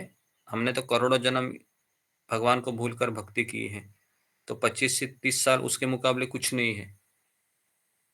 तो ये लंबा समय नहीं है, पहली बात तो हमें लगे रहना चाहिए, है ना। जिस तरह से आम होता है, केरी होती है, वो लगी रहती है ना। वो ये नहीं सोचती है कि मुझे कब तक लगे रहना है। जैसे ही गर्मी का सीजन आता है, उसी केरी का फिर आम बन जाता है। तो हमें ये नहीं सोचना चाहिए कि मैं कितने साल से भक्ति कर रहा हूँ, कितने साल से भक्ति कर रहे हैं, ये इसका कैलकुलेशन नहीं है। हम कितनी तीव्रता से भक्ति कर रहे हैं, कितना मार्गदर्शन में रहकर हम भक्ति करते हैं, वो ज्यादा मैटर करता है। ओके जी गुरुजी, धन्यवाद। जी, रितु जटवानी। कितना हरे कृष्णा प्रभु जी, दंडवत प्रणाम। प्रभु जी आपने जैसे एक मेरे 2 क्वेश्चन हैं। एक तो मेरा क्वेश्चन है कि जैसे आपने बताया ना अनर्थ, तो उसमें सबसे बड़ा अनर्थ है आसक्ति, जो हम भले ही हमारे घर वाले भक्त हैं, लेकिन जब हम प्रैक्टिकल सोचते हैं तो वो इतनी ज़्यादा आसक्ति होती है कि वो छूटती ही नहीं है। तो उसको एक तो प्रैक्टिकली उसको कैसे हम धीरे-धीरे ठीक करें? और दूसरा क्वेश्चन है कि प्रभु जी जैसे माताजी ने पूछा था ना आपसे सेवा के लिए, तो आपने जैसे बताया कि सेवा हमको मिलती है, हम खुद से चूज़ नहीं करते हैं, जैसे गार्लैंड सेवा है या राजभोग सेवा है। तो जब हम छोड़ देते हैं और किसी दूसरी सेवा पे चले जाते हैं, तो ये भी क्या प्लान भगवान का होता है, ये हमारी खुद की ये होती है? मतलब बिकॉज़ ऑफ सम रीज़न्स हमने छोड़ दिया, तो उससे हमको क्या इम्पैक्ट होने वाला है? नहीं, पहला सवाल क्या है आपका? एक-एक करके पूछेंगे तो मैं दूसरे का मैं पहले बोल देता हूँ। ठीक है। अगर हम कोई ठीक है प्रभु, हाँ, ओके। सेवा छोड़कर अगर हम चले जाते हैं किसी दूसरे सेवा में और उसको मैं स्वयं उसका चुनाव करता हूँ, दूसरी सेवा में जाने का, तो वो हमारा वो दुर्गुणों का प्रभाव है हमारे ऊपर। क्या शायद मुझे ये अथॉरिटी अच्छी नहीं लगती है या मुझे ऐसा लगता है कि ये सेवा में अभी इतना रस नहीं रहा, तो ये हमारी विकृत मनोभावना होती है। लेकिन अगर अथॉरिटी ही आपको बोलता है कि रितु जटवानी अभी गार्लैंड का सेवा छोड़कर उधर है ना क्लीनिंग में चली जाओ, बहुत बर्तन है, तो वो आपके लिए भगवान की इच्छा होती है। समझ में आ रहा है? प्रभु जी क्या होता है ना, कभी इमोशनली जैसे कैसा होता है, पहले हम इतने उत्साही होते हैं तो हम 2-2 सेवाएं ले लेते हैं, जैसे 2-2 सेवाएं एक साथ ले ली, लेकिन फिर वो नहीं हो पा रही है हमसे। तो अगर वो नहीं हो पा रही है और हमको दोनों में से एक चूज करनी है बिकॉज ऑफ हेल्थ इश्यूज, तो वो ठीक है क्या? हेल्थ इश्यूज आ रहा है तो आपको पहले तो अपने मन से मैं वापस कह रहा हूँ, कोई भी सेवा में ना आप अथॉरिटी से क्लियर कम्युनिकेशन होना बहुत जरूरी है कि आपकी अगर हेल्थ क्राइसिस भी है, इमोशनल क्राइसिस भी है, तो आपको उनसे शेयर करना चाहिए चीजों को। आप अपने अपने मन से ही इन चीजों को लेगी तो फिर वो सामने वाला व्यक्ति तो समझ ही नहीं पाता है कि ऐसा क्यों हो रहा है इसके साथ। पहले तो बहुत उत्साह दिखाया, अभी क्या हो रहा है इसके साथ। हाँ। तो सबको समझ में आता है। फिर ये दिवाली का फटाका है जो बहुत रोशनी देता है शुरुआत में, बिगिनिंग में, और बाद में तो पूरा अंधेरा ही होता है ना? तो इसके लिए आप किसी के भी नीचे काम करते हैं ना, वो आपको 1 साल आपसे बात ही नहीं करता है। आपको ऐसे देखेगा, चला जाएगा। ये प्रोसेस ही है किसी भी इस्कॉन मंदिर में, है ना? आप किसी भी सेवा में चले जाओ, आपको लगता है कि मैं इतना उत्साह दिखा रही हूँ, लेकिन इस व्यक्ति को कुछ फ़र्क ही नहीं पड़ता है। शायद इसको मेरी सेवा अच्छी नहीं लगती लगता है। हमेशा देखो इसका मुँह ऐसा ही रहता है। तो ये हमारा वो मिसअंडरस्टैंडिंग होता है। ऐसा नहीं होता है ना? हमने इसके लिए वो करुणा के सागर किताब भी हमने भक्तिचारू महाराज का पढ़ाया था। उसमें भी वो जब आते हैं समर्पित होने के लिए, तो उनको बड़ी-बड़ी सेवाएँ दी जाती हैं, है ना? पोटली उठाने की हो, चावल की बोरी हो, तो बहुत परेशान होते हैं वो। तो फिर मंदिर के अध्यक्ष उनको आकर यही कहते हैं कि जब भी कोई नया व्यक्ति सेवा में आता है इस्कॉन में, तो हर जगह यही नियम होता है कि आपको परीक्षण किया जाता है। जैसे उसको प्रोविज़नरी पीरियड कहते हैं। होता है ना कंपनी में प्रोविज़नरी पीरियड। तो आपका वो प्रोविज़नरी पीरियड होता है 6 महीना, 1 साल। अगर आप लगन से, उत्साह से करते हैं, फिर वही अथॉरिटी बोलता है कि बहुत अच्छी माताजी है, इसको हम प्रमोट करेंगे। वहाँ डिपार्टमेंट में जो ज़्यादा अच्छे लोगों की ज़रूरत है, वही व्यक्ति आपको उधर ढकेल देगा। और इस तरह से व्यक्ति फिर इस्कॉन में हायर चीज़ पे चला जाता है। लेकिन उसके लिए उसको पेशेंस होना चाहिए, करेज होना चाहिए, बहुत मैच्योरिटी लगती है उसके लिए। समझ में आ रहा है? नहीं तो फिर वो सोचता है कि ठीक है भाई, ये सेवा मुझे आनंद नहीं दे रही है, चलो अभी ये सेवा करके देख लेती हूँ। इस तरीके से हर डिपार्टमेंट वो घूमता ही रहता है इस्कॉन मंदिरों में, और फिर वो स्वयं सैटिस्फाइड नहीं होता है, और कोई भी अथॉरिटी उसको देखता है, बोलता है कि हाँ, ये माताजी पहले मेरे बस पे थी। 6 महीना किया गार्लैंड, अभी उधर चली गई। क्या इम्पैक्ट आएगा?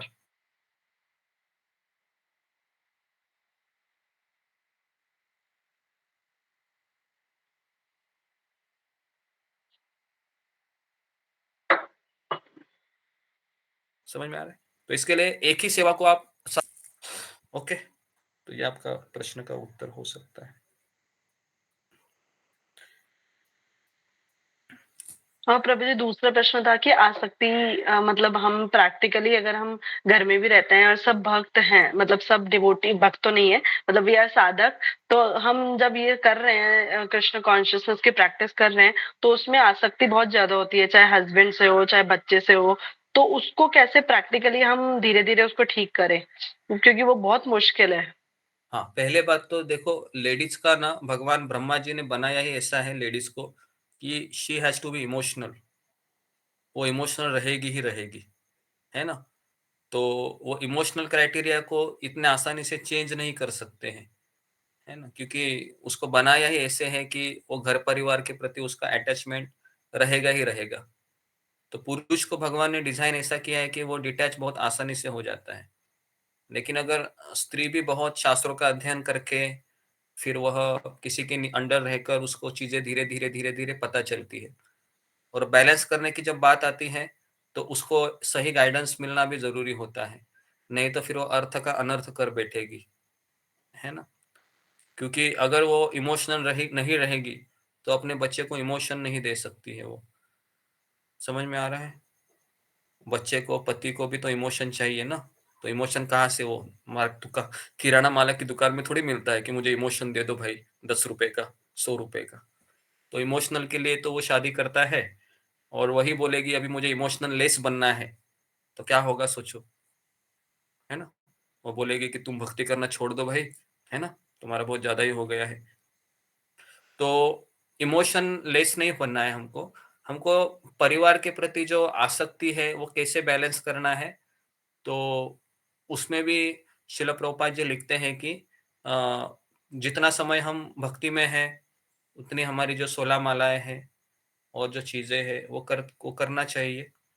और अगर मान लो कि मेरे परिवार के प्रति जो आसक्ति है उसके कारण मेरी माला नहीं हो रही है, 16 माला, या सत्संग नहीं हो रहा है, तो समझने का कुछ तो मुझे गड़बड़ लग रही है, फिर मुझे थोड़ा सा रुक जाना चाहिए।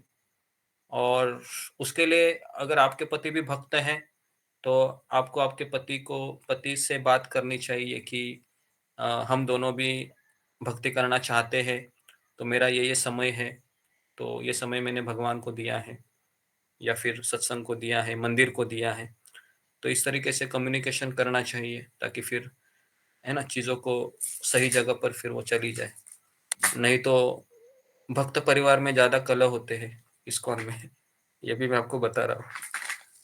ओके, तो इसके लिए सबसे ज्यादा कलह दो भक्त, अगर हस्बैंड वाइफ भक्त है ना, उनमें ज्यादा होते हैं, क्योंकि उसको भी फिलोसॉफी पता है, इसको भी पता है, तो दोनों फिलोसॉफी से झगड़े करते हैं फिर, है ना?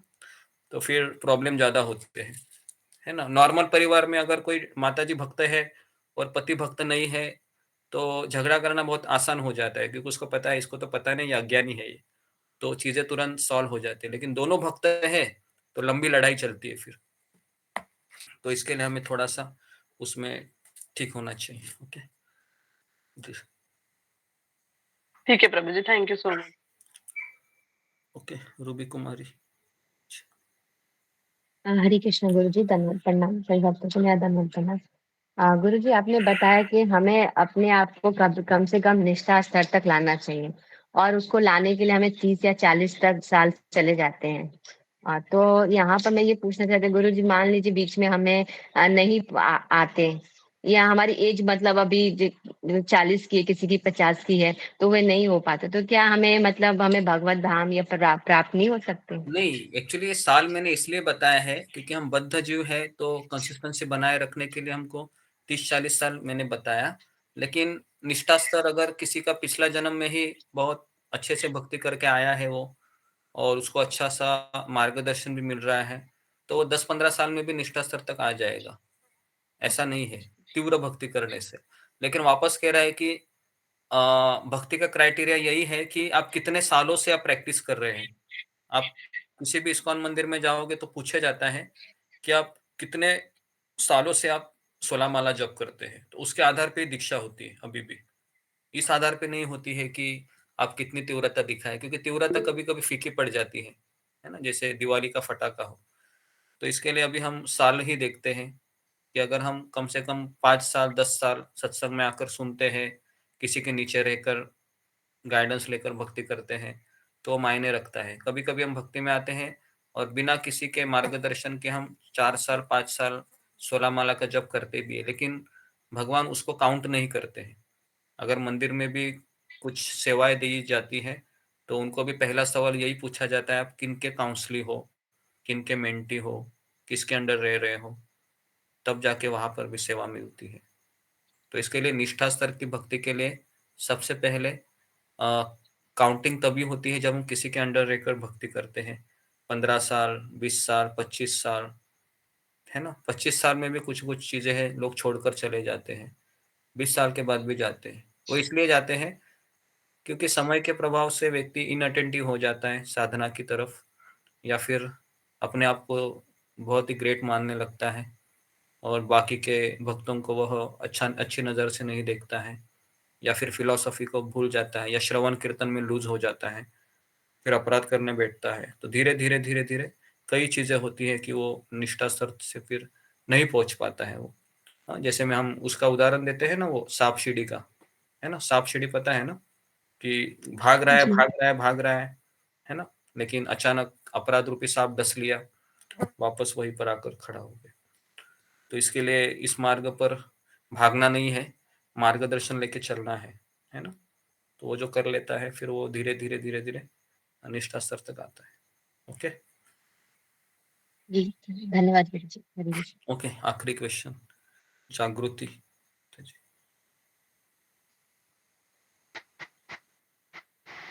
हरे कृष्णा, दंडवत प्रणाम गुरुजी, सभी भक्तों को दंडवत प्रणाम। क्या आपका आवाज नहीं आ रहा है जागृत माता जी, आप जो भी कान में लगाए बिगाए सब निकाल दो, है ना। कर सकते हैं हम गाय की सेवा, जैसे रास्ते पे तो स्ट्रे गाय बोलते हैं। किसी को आवाज आ रहा है क्या? मुझे नहीं आ रहा है। वो मेरे बिल्डिंग के बाजू में वो कंस्ट्रक्शन का काम चल रहा है ना, स्लैब का, तो कुछ भी सुनाई नहीं दे रहा है। हाँ अभी आ रही है लेकिन आवाज, अभी बोलो जरा। हाँ, रास्ते पे वो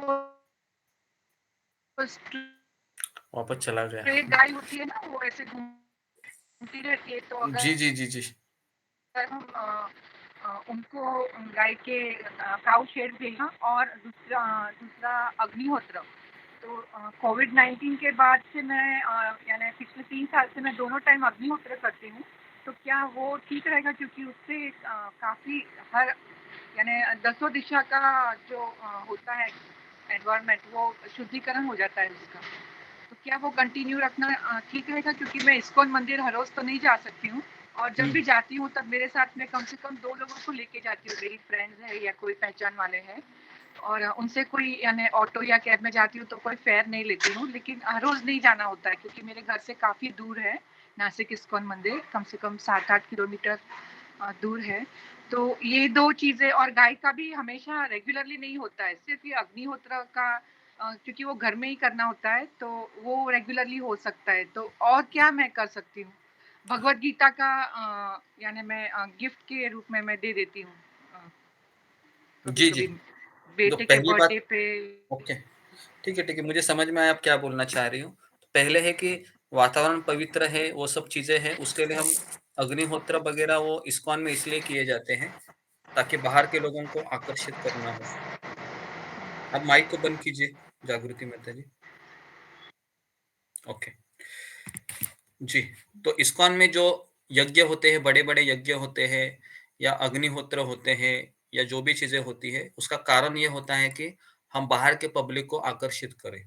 लेकिन अगर एक बार आप गुरु शिष्य परंपरा से जुड़ती हो और आप फिलॉसफी को समझने लगी हो, तो इन चीजों को हमें भूल जाना चाहिए, क्योंकि हमें पूरा विश्वास होना चाहिए कि भागवत की श्रवण मात्र से या किसी भक्त की सेवा से मुझे सारी सिद्धियां प्राप्त हो सकती है। ये फर्स्ट पॉइंट, इसमें हमारा हार्डकोर कन्विक्शन होना चाहिए, क्योंकि भागवत में लिखा है अगर मैं भागवत सुनती हूँ तो आसपास का सारा वातावरण पवित्र हो जाएगा, तो मुझे उसके लिए कोई दूसरा चीज करने की आवश्यकता नहीं है। तो इसके लिए ये सारी बात श्रद्धा की होती है। तो व्यक्ति धीरे धीरे धीरे धीरे श्रद्धा के स्तर पर आता है। और रही बात गाय की सेवा करने से, तो अगर हम गाय की सेवा इसलिए करते हैं क्योंकि वह कृष्ण को प्रिय है, तो गाय की सेवा भी कृष्ण भावना में ही आएगी। लेकिन अगर आप गाय की सेवा इसलिए कर रहे हैं क्योंकि गाय की सेवा के बारे में बहुत पुण्य मिलते हैं, तो फिर वह भक्तिमय सेवा में नहीं आएगी। तो सारी चीजें हैं वह चेतना के ऊपर निर्भर करती है। तो इसके लिए हमें ये सब चीजों से अच्छा है, अगर गाय आपको रास्ते से मिल रही है तो आप कीजिए, ऐसा नहीं है ना। गाय को रोटी देना, ये सब चीजें करना अच्छा ही हो, बुरा कुछ नहीं उसमें है ना। लेकिन जानबूझकर आप मालाएं छोड़कर या फिर इस तरीके से वहां पर जाकर क्लास छोड़कर, वो ठीक नहीं है। तो वही चीजें है। और जितने भी आपके फ्रेंड को लेके जा रहे हैं अच्छा है, लेकिन आप उनको माला करने के लिए प्रेरित कीजिए, है ना, ताकि उनका वो जो समय है बहुत अच्छा चले, है ना, इस तरीके से। ठीक है, धन्यवाद। हाँ, धन्यवाद गुरुजी। ओके, तो यहाँ पर मैं रुकता हूँ। तो हमारा मैक्सिमम समय क्वेश्चन आंसर में चला गया, है ना। कल से हम थोड़ा सा ये करेंगे क्योंकि 20वां श्लोक है। तो आपको क्वेश्चन आंसर बेनिफिट लगते हैं सबको जब होता है तो? जी सबको ओके, ये बहुत अच्छा लगता है। ओके, तो फिर हम क्वेश्चन आंसर भी 15-20 मिनट रहेंगे और फिर हम 35-40 मिनट भागवत करेंगे। ओके, तो समय हो गया है, यहाँ पर मैं रुकता हूँ। आप सबका बहुत बहुत धन्यवाद। श्रील प्रभुपाद की चरणों